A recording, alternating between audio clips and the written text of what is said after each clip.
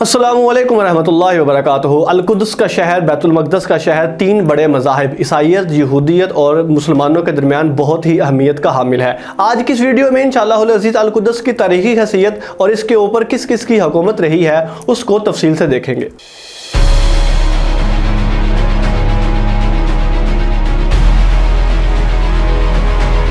حضرت ابراہیم علیہ السلام ایک ایسے نبی ہیں کہ جن کو اسلام، یہودیت اور عیسائیت تینوں ہی نبی مانتے ہیں۔ حضرت ابراہیم علیہ السلام وہ پہلے نبی اور شخص ہیں جنہوں نے اپنے بھتیجے حضرت لوط علیہ السلام کے ساتھ عراق سے ہجرت کی تھی فلسطین کی طرف۔ حضرت ابراہیم علیہ السلام کے دو بیٹے حضرت اسماعیل اور حضرت اسحاق علیہ السلام۔ حضرت اسحاق علیہ السلام فلسطین کے علاقے میں ہی آباد ہوئے اور حضرت اسماعیل علیہ السلام مکہ کے علاقے میں آباد ہوئے۔ حضرت اسحاق علیہ السلام کے بیٹے حضرت یعقوب تھے اور حضرت یعقوب کا لقب تھا اسرائیل۔ اسرائیل عبرانی زبان کا لفظ ہے جس کا معنی ہے اللہ کا بندہ۔ اگر ہم اس کو عربی میں ٹرانسلیٹ کریں تو یہ بنتا ہے عبداللہ۔ اور حضرت یعقوب علیہ السلام کی اولاد کو ہی بنی اسرائیل کہا جاتا ہے، جن کو آج کی زبان میں یہودی کہا جاتا ہے۔ حضرت یعقوب علیہ السلام جس جگہ عبادت کرتے تھے اس جگہ ایک چھوٹی سی مسجد تعمیر کی گئی۔ حضرت سلیمان علیہ السلام نے اسی جگہ پر ایک بہت بڑی مسجد، ایک بہت بڑا ٹیمپل یا ایک بہت بڑا کلیسا کہلے بنوایا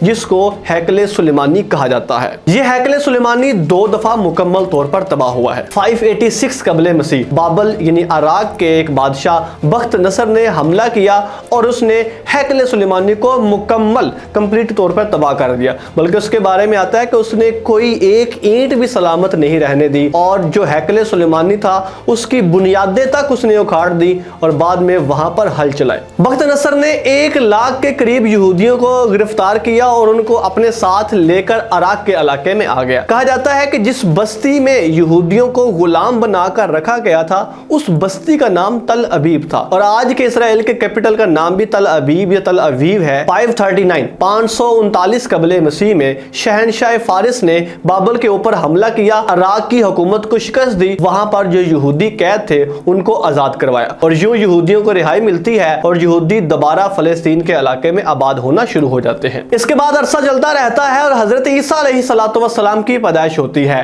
یہ علاقہ جہاں پر یہودیوں کے لیے مقدس ہے کیونکہ ان کے انبیاء کرام حضرت ابراہیم، حضرت یعقوب، حضرت داؤد، حضرت سلیمان ان کی عبادت گاہیں یہاں پر موجود تھی، وہیں پر یہ علاقہ عیسائیوں کے لیے بھی بڑا اہم ہے۔ حضرت عیسیٰ علیہ السلام کی پیدائش بھی یروشلم کی ایک بستی ناصرہ میں ہوتی ہے۔ اس کے علاوہ ان کی تبلیغ کا میدان بھی یہی علاقہ تھا، اور بعض اسرائیلی روایات کے مطابق حضرت عیسیٰ علیہ السلام کو مصلوب بھی اسی علاقے میں کیا گیا۔ اس دوران فلسطین کے اوپر یہودیوں کی آبادی ہے۔ حضرت عیسیٰ علیہ السلام کی پیدائش کے 70 سال بعد یعنی 70 عیسوی میں رومی بادشاہ ٹائٹس فلسطین پر حملہ کرتا ہے، اور فلسطین پر حملہ کرنے کے بعد وہ ہیکل سلیمانی کو ایک دفعہ دوبارہ مکمل طور پر تباہ کر دیتا ہے۔ اس دوران سارے یہودی مارے جاتے ہیں اور کچھ قیدی بنا لیے جاتے ہیں۔ عیسوی کے دوران جو حملہ ہوتا ہے اس حملے میں تمام ہیکل سلیمانی تباہ کر دیا جاتا ہے، لیکن صرف ایک دیوار سلامت بچتی ہے جس کو آج بھی صحیح سلامت مانا جاتا ہے، اور یہودی اس کو دیوار گریا کہتے ہیں۔ آج کے یہودی اس دیوار کی طرف رخ کر کے روتے ہیں زارو کتار، اور ان کا یہ ماننا ہے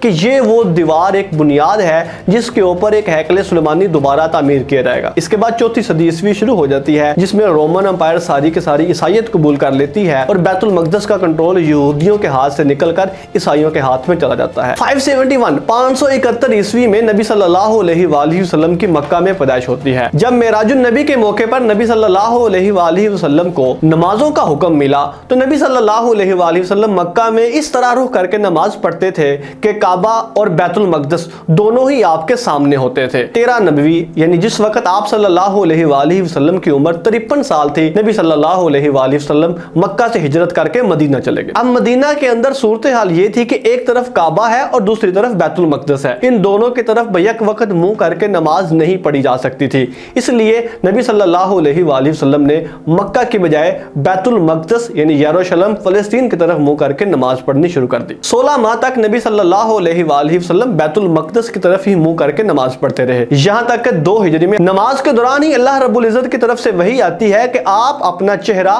بیت المقدس کی طرف سے موڑ کر خانہ کعبہ کی طرف کر لیجئے۔ نبی صلی اللہ علیہ وآلہ وسلم نماز کے دوران ہی اپنا چہرہ بیت المقدس کی طرف سے موڑ کر